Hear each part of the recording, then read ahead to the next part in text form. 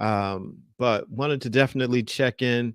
Last night, I did not go live, and there was a good reason why. So I want to share a little bit about that with you because last night I had the opportunity to be in this amazing atmosphere and setting with 11 incredible women. So there were 11 women, and we were in a session, and this session was focused on addressing grief. So tonight we're going to talk a little bit about grief and addressing grief and dealing with grief as a follow-up to what the experience that I had yesterday. I wanted to share just a little bit with it about that experience with you because it was just an amazing experience. 11 women and myself, we were in this room, and I was there really wanting to do some recording and helping the facilitator of the session to coordinate her efforts, to be able to take what she's been doing for now 11 years and impacting lives, and to help her to put it together so she could help more people. Because I was sharing with her how I said there are a lot of people that need help, support as they're going through the grieving process. And so I was there and able to be in the room as I was recording. And as I sat there, being somewhat of a fly on the wall, I was able to hear stories, women that were sharing how a child may have passed away, or a family member or a parent, and how there was this loss and there's this grief. And they were sharing, each one of them, and many of them would begin to cry as they were sharing. And ultimately, what happened was some of them thought that being in the room was too much. This was a first session for this time period of teaching. Next 6 weeks, they're going to be teaching every Monday. And some said, I don't know if I should be here. It seems like it might be too much. I'm still in my grieving process. And as I sat and I listened, I realized something. From the beginning of this session to the end, they were being supported. They were supporting one another. They were sharing with one another. And there was this phrase that kept coming out, that they felt good in this situation, in this setting, because someone that was actually there could say, I know how you feel. And they were really there and they really meant it. Knowing how someone else feels makes a big difference. And we've been talking in this month of April about moving forward, about taking action, being accountable. And I think it allows us to go back to something individual. All of us individually have some experience that we've been through where we could show up in this world, in this life, and someone could look at our life and say, have you been where I've been? And we can answer yes. Like, I've been where you are. Your story, the thing that you have in life, your experience, the failure, the setback, something that you may be grieving that has happened to you, or an experience that you might have had, is the very same thing that you can use to make an impact in the world. Sometimes we look at our lives and we see our failure, our setback, the thing that we did, the thing that happened to us, and we grieve it so much that we can become ashamed of it, and it can cause us to close up. Those ladies last night, they were there, they were together, and by being together, by choosing to be in this atmosphere with one another, they were making a choice in some measure to open up. They were making a choice to make their lives available to someone else. Not only would they make an impact, but they were going to be impacted because they decided that they weren't going to let grief stop them from living. See, sometimes we can look at grief and we can look at loss, and it can become the very place in life where we actually stop living. One of the ladies, she was sharing how there was a time period during this time of grief where she said I didn't wash. She said I would just sit in front of the TV. She said I wasn't brushing my teeth. I didn't brush my hair. She said I would just sit, and I would just sit in front of the TV, just numb, hurting, just sit there. She said I didn't care about anything else. I was just numb. I was grieving. I was hurting. And that grief, She was talking about how it was stopping her from living her life because of the weight of that situation. I know. And at the end, they asked me, they said, well, do you want to share anything? You've been in the room. And I didn't want to share anything. I just wanted to be there. I wanted to serve. I wanted to record. I wanted to make sure that I was helping with the technical side. But being in the room and being asked, I've come to the place where I'm wanting to say yes to more things. And so I said, sure, I'll share. And I shared how I said we can all go through different types of grieving.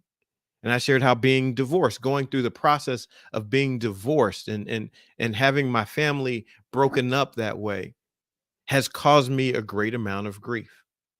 It had me at a certain point in life wanting to die, wanting to give up, wanting my life to be over, feeling like such a failure, grieving the loss of my family, the loss of the marriage. At the same time, I had a business, a dream that I dreamed up. I saw it close all in this same time. There were a lot of things that were happening. My life seems like it was crumbling all around me.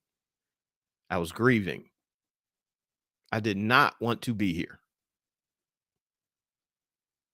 Grief. Grief is powerful enough to cause you to want to no longer live. Grief can be the place, whether or not you physically die or emotionally die, grief can be the place where you can die. And so tonight, I just wanted to share with you that it doesn't have to be.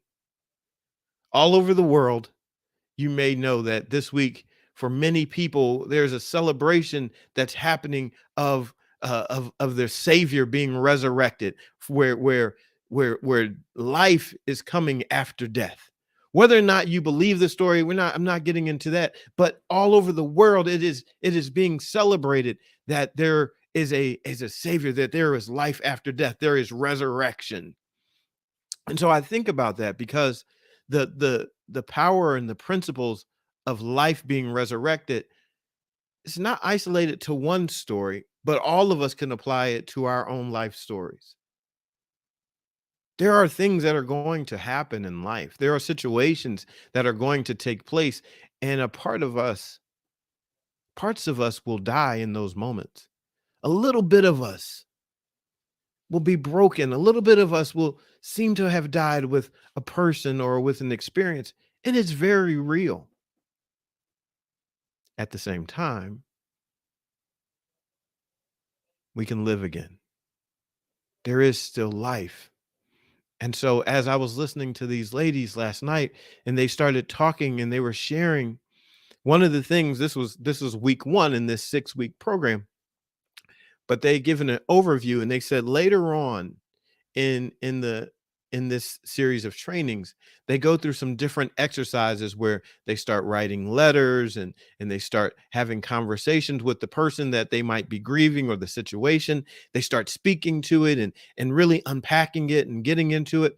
And so what it symbolized to me was that there is, after recognizing the grief, there's a transitional process. And I knew that to be true for me too. Like, while parts of me were dying because of what was happening in my life, I did hit a point where I said, okay, I want to live. I can't continue living this way because I'm actually not living. I'm actually dying while I'm still breathing. And that is the worst. I do not want to be dead while I am still taking breaths. And is it easy to come out of that place? No. It takes time. Healing takes time. Healing is a process. Whether it's your dreams or your hopes or your family or someone that you love passing away, it hurts and healing takes time. One of the ladies, she shared how this will be her first Mother's Day without her mom. And as she started talking, she started crying, thinking about how difficult it's going to be going into Mother's Day without her mom. She's still healing. something so fresh. We don't have to just breeze by it. If you want to move forward in life, if you want to take action in life to see your life transform, allow yourself the process to go through whatever it is that you're going through. And then that actually works too. Allow yourself to go through whatever you are growing through. See, the healing isn't the end. You going through healing means that you're still living. It means that things are coming back together. Something that was once broken apart or damaged or torn or broken, it is going through a process of repair because there is still life in you. Healing doesn't mean that you're weak.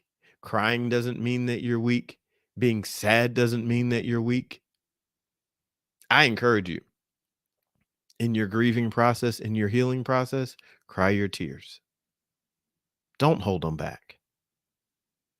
And if there are times that you want to smile, smile. And if you want to laugh, laugh. If you want to be sad, be sad. It's just part of the process. My man is an alcohol abuser and also to me and neglected. It's neglected me so much to deal with. It's hard. It is.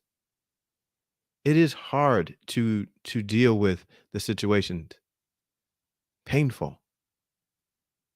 When we're going through life, it's not the absence of pain that we're looking for. It's actually, if we think about it like this, the realization that pain exists is actually a good thing. Here's why. Because it means that you're still sensitive. It's when we become numb that that can be alarming. When you you touch something and it's numb. I know there's been plenty of times I've been outside and playing in the snow, and it gets so cold that you start to frostbite start setting in, and you can't feel your fingers.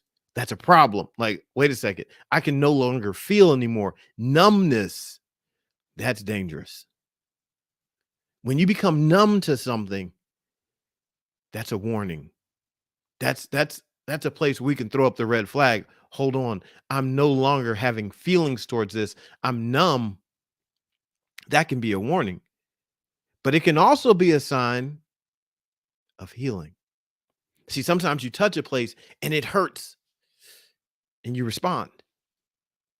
But that same place, when it is healed and the scar has formed and the wound has been covered up, you can touch that same place. I used to touch here and it used to hurt, but it no longer hurts because it's healed. See, healing means that I don't feel that same pain. Oh, I know there's a scar, but the pain isn't the same. The pain has gone away because I cared for this place. I treated this place. I was mindful of this place. I didn't try to push myself in this place. I was mindful. And so, like, as you look at your life and whatever it is that you want to accomplish, recognize that timing is important. With a broken leg, that's probably not the time to enter into a sprinting competition. Hmm, your leg might not be ready for that.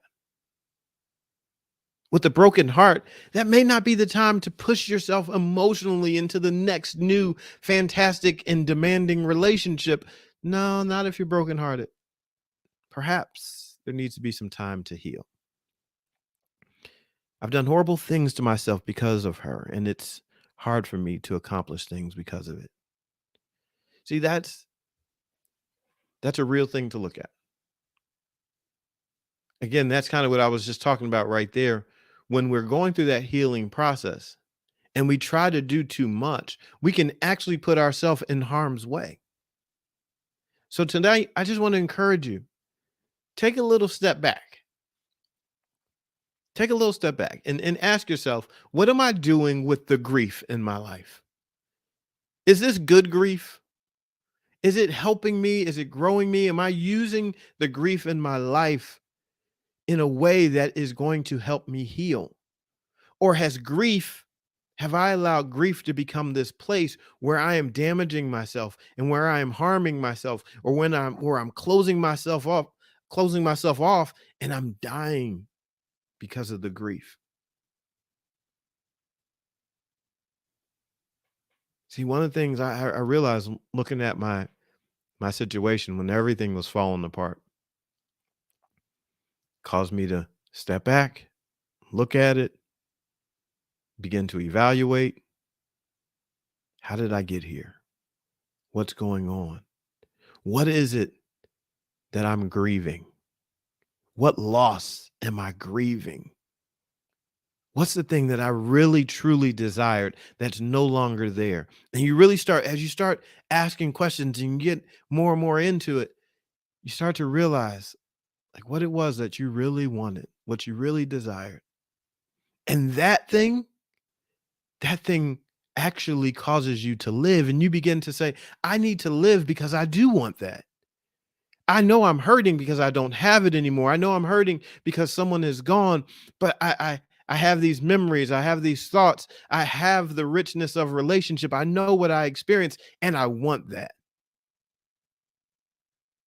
And yeah, perhaps the person that you had it with, they'll never be there again, but it doesn't have to be the end.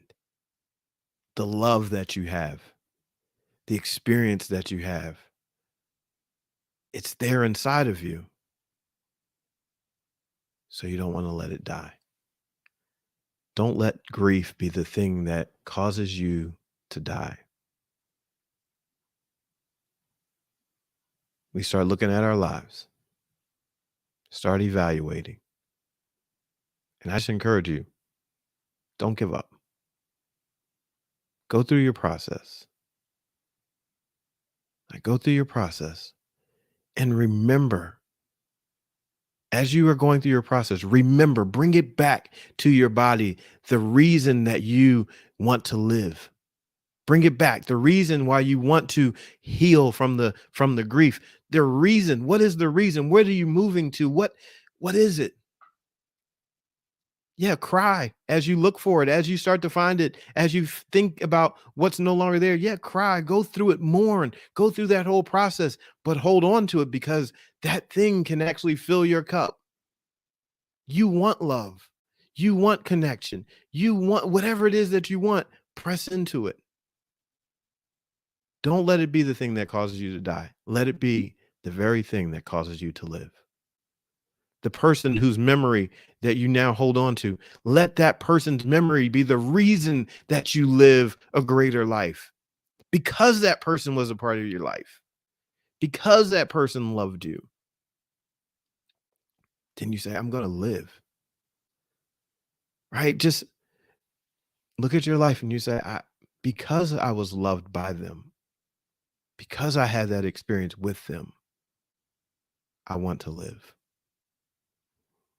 That I took that yesterday as I watched these ladies sitting around this oval table, sharing their stories of grief, all of them in the room, all of them showing up, sharing, talking, crying, laughing.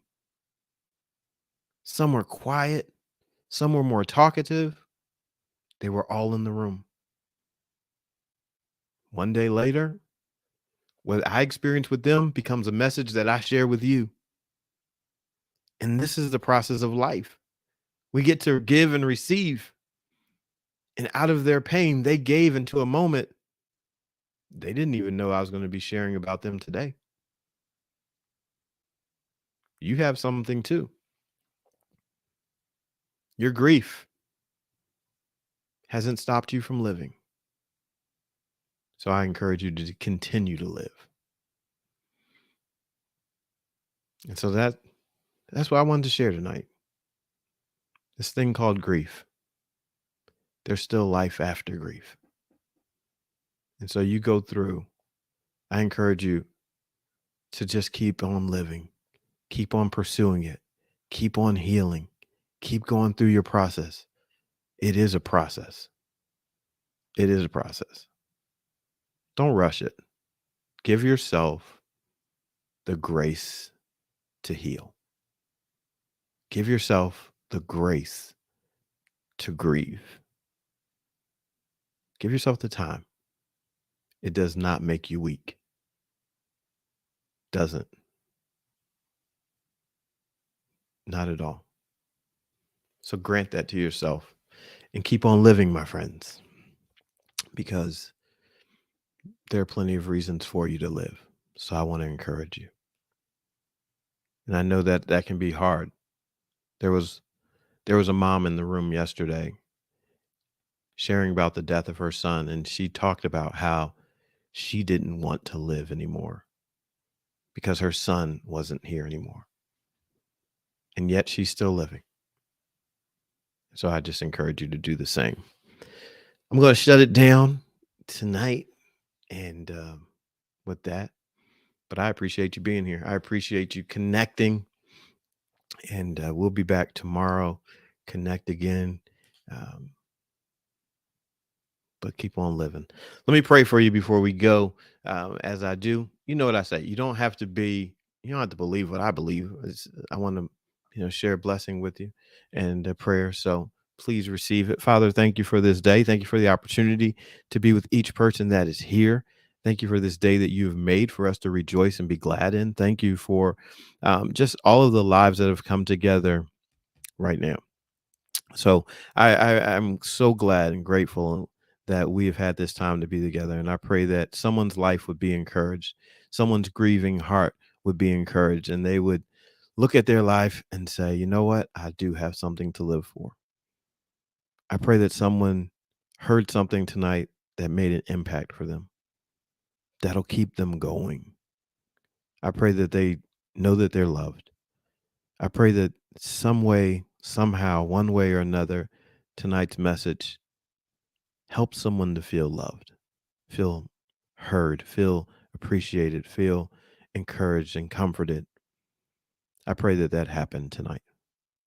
And I pray that each of us in our own way, as we go through our seasons of grief, whenever they may happen, that we would be able to do so with grace, that we could grieve with grace, that we would give that to ourselves, the gift of being able to grieve without forcing us to heal so quickly or just get over it.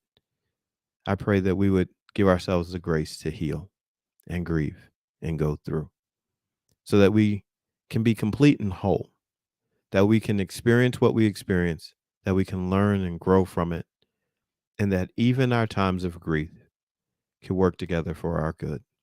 So thank you for these opportunities, everyone that is here live and on replay. I pray blessings upon each and every one of them. In Jesus' name, amen. All right. Appreciate you all being here. Everlasting now ask me, how are the 1,000 new riders going? So it was 100. Try to take me up to 1,000. It's 100. It's going slowly, honestly. So I'm looking at needing to coordinate a couple weekend events and really just start screaming from the mountaintops that I need people to get in the saddles. You try to take me to 1,000, but I like it. You know what? I might need to up my I might need to up my goal to 1,000. Right? That might be what it is. I might just need to dream bigger, shoot bigger. Maybe 100 isn't enough, but so I need to start screaming it from the mountaintops and get some people in the seats of those horses because I'm I want it. I want 100 new riders. So I want them to have the opportunity. I did have two young ladies today that they it was their first time at the farm and they rode today and that was pretty cool because they were part of our I'm in Philadelphia. Well, just outside of Philadelphia. But if you can get to Philadelphia, you're with me. So that was that. They had an opportunity to ride today, and it was great. And their family members were so excited, that they were able to ride. So I don't advertise with the schools. Public schools are a little challenging to navigate at times when it comes to business and promotions. So here's what I was thinking. I'm going to actually take the horse out, especially around the time they're on spring break this week in our area. So I'm going to take the horse out and have one of the horses out and about and hand out flyers, go on social media, just get people on the horse and just make it. I need to go bigger. I need to go bigger. That's, no doubt about it. Cowtown anytime soon. Um, I'll probably get over there at some point this year. Over to Cowtown. I've been over there once during the summer and did the rodeo thing, which was pretty cool. So, yeah. What about you all? While we're checking in, um, anybody, and we got some goals. Anybody? Let's see. Anybody hitting their goals from the sticky notes that are on the board? I don't want to have to start calling people out, but I'm not the only one. There's some people that should have been taking, some steps and some books that need to be getting written and appointments that need to be getting made, taking the children to the park solo. Yeah, yeah, there's some stuff. Drinking half their body weight in water.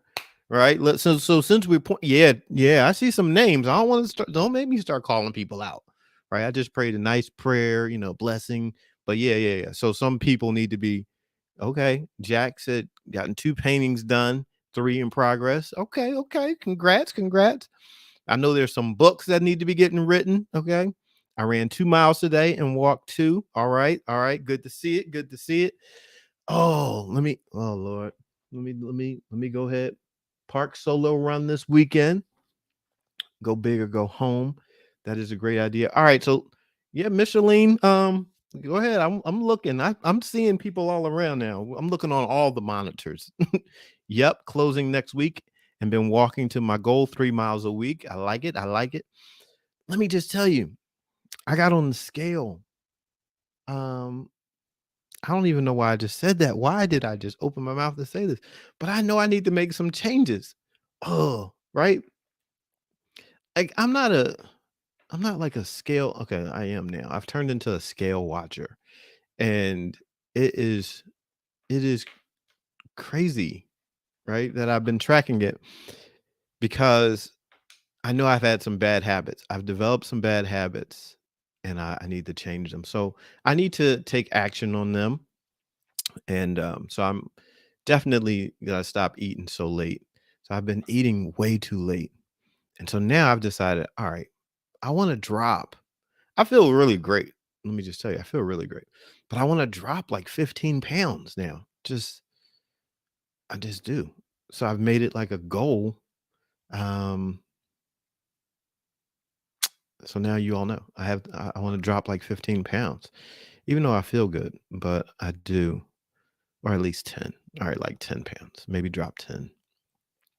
So I know I'm going to start walking and whatnot, getting some things going. And, you know, I, And that's true. Everlasting Now says you've been healing from the surgery, and that was definitely a thing. Like I was taking it super easy. I did not want to bother anything because internally the doctor wasn't like checking on me, and so it was left totally up to me, and I was just saying I don't want to get hurt.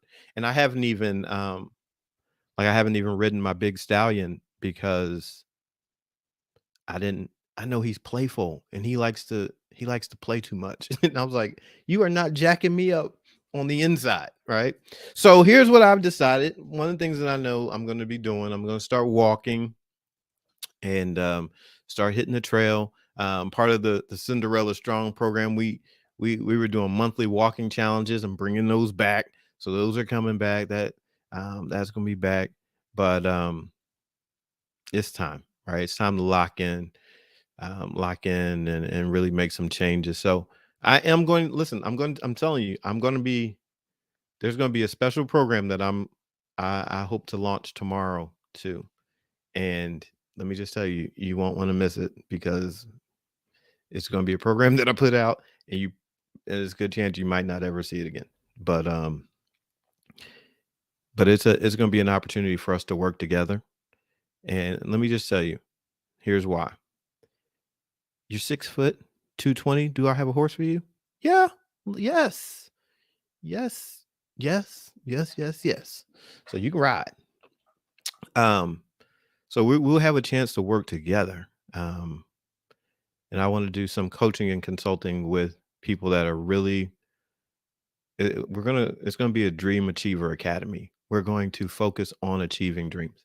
I do a lot of work with corporations, but I want to really lock in with some individuals. Um, and if you're not part of tomorrow's session, Charlie, don't worry. I'm those that are in the text community, they're gonna see it. Um, and so you'll see it and I'll share it with you. So you'll get it.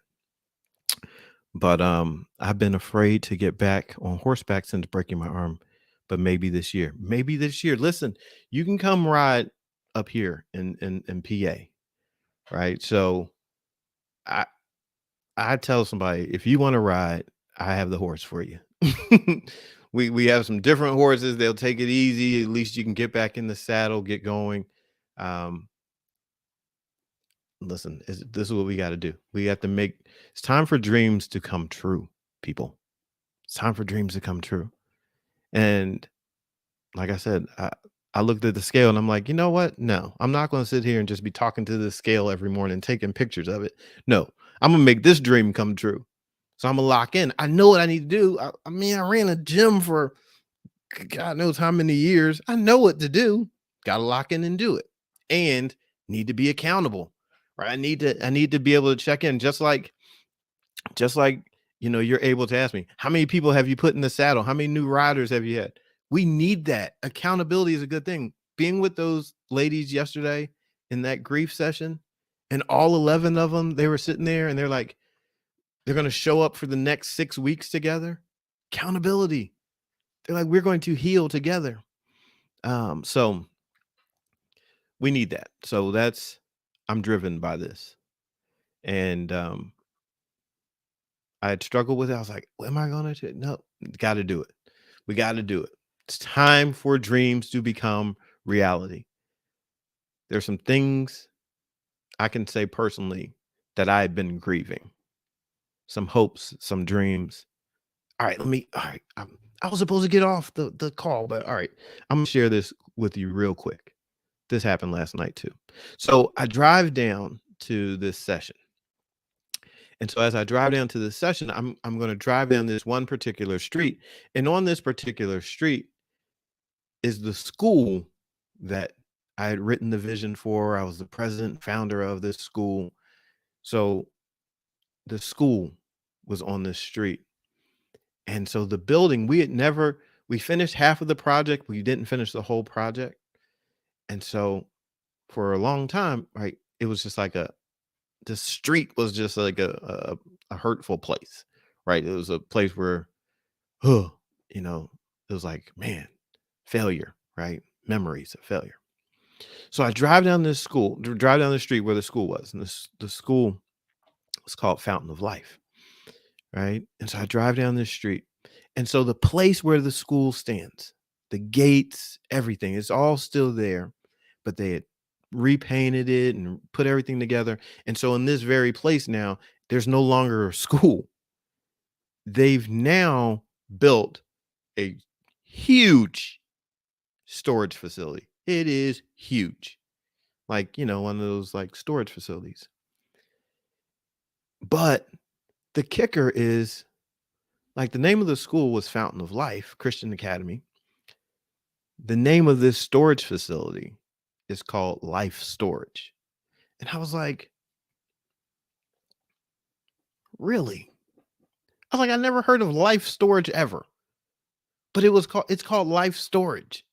And they did a wonderful job. It looked beautiful. And I said, man, a few years ago, I said, the dream was to build a school. And the school was built, it was there. Economy goes bad, school ends, it closes. And yeah, like part of me died, right? I wanted to celebrate and say, like, oh, but I did it. But it happened. The dream, the vision that was in you, it came out. But at that time, I didn't feel that. And last night I was thinking, I said, we were supposed to serve more people than what we did. Anyway, long story short, it started helping me though. Like driving down that street started helping me. Looking at the place of grief started helping me because it confirmed something in me that I really wanted. It confirmed some place. It wasn't this ultimate failure the way that I looked at it. It was you did the thing that was inside of you did make it into the world. The ideas, the dreams, the hopes of impacting people, seeing people empowered, it did make it into the world. And then while it didn't happen the way that you thought it was going to happen there, people still want to learn, people still want to grow, people still want to develop. And on the inside of me, it was don't give up. And I was like, I'm glad I drove down the street. I'm glad I drove down the street. Sometimes we look at what happened and we want to give up. Mm-mm. Sometimes it just means we need to change. Maybe just change the way we're doing it. And I was thinking this. I said, there are people that would have never gone to that place. Most of you, many of you, would have never gone to that place. But you're here. And so the dream of helping people doesn't have to die simply because it didn't happen in that place. Perhaps that place couldn't happen the way that you thought. Perhaps the thing that you experienced was just giving you a taste of what could be. Perhaps that wasn't where you were supposed to be forever. Perhaps you were only supposed to be there for that moment. Perhaps that was the hors d'oeuvre. Perhaps that was the sample for the next thing in your life. I don't know who this is for. It's definitely for me. But maybe you've been struggling with what you thought was a failure. No, no, no. It wasn't a failure. It was a preview. It was you finding out that you could actually achieve what you thought about. It wasn't a failure. It was a preview. It was a sample of something greater. So, for all of us tonight, do this for me. Because we're going to go at this thing called grief. What you thought was a failure because it didn't work out the way that you thought it was going to work out. I encourage you to do this. Go back and look at what was driving you and ask the question, what's my next step? What's my next step? How can I grow? Where can I grow? How do I grow? What's my next step? Like, what is it? That it wasn't the end. Look at it as a beginning. And I can tell you firsthand, I was devastated.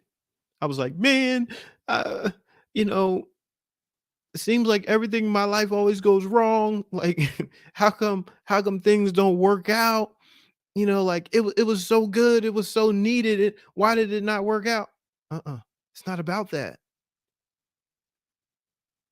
Like, don't you get locked in there. There's something else. Take what you have and keep going. Keep on. Keep going. That's not the end. And it took me a while. So you're getting the Cliff Notes version of this to say, no, that wasn't the end.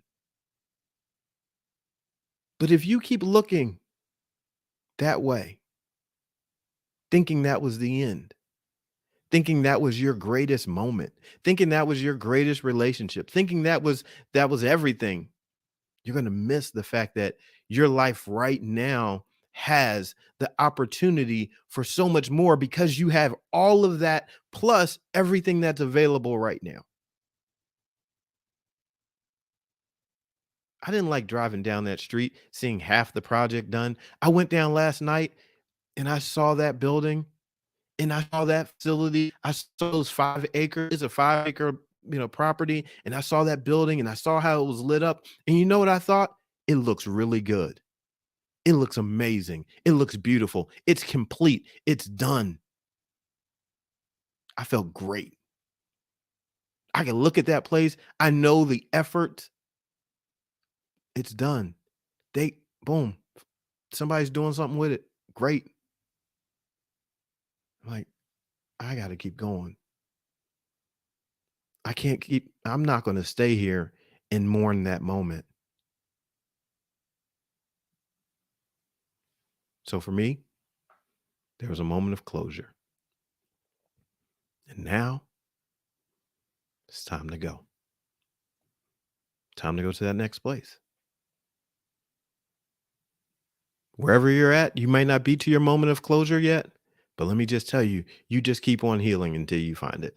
I was supposed to be off this phone, this computer, but that moment of closure is coming. You just keep on growing. Like just keep on, keep this in, just taking shots. Keep on going. Keep on going. All right, let's shut it down for the night. But I'm telling you, go back in, look at your story, grief and all. Jot down a couple notes tonight. Say, ask yourself, what do I take from this and how can I grow? And you might do it with tears hitting the paper, but do it anyway. Please. It's going to be good. It'll be good for you. So you all have a fantastic night. Take another step. Keep on growing. Keep on being accountable. It's a good thing. I'm proud of you all. I appreciate you. Everlasting now. I appreciate you. No delay. Thank you for keep on for the conversations. Everybody have a fantastic night. Good night to you all. I love you much. I'm B.A. Shepherd, 2Ps ARD, reminding you to be a shepherd. The world has enough sheep. See ya.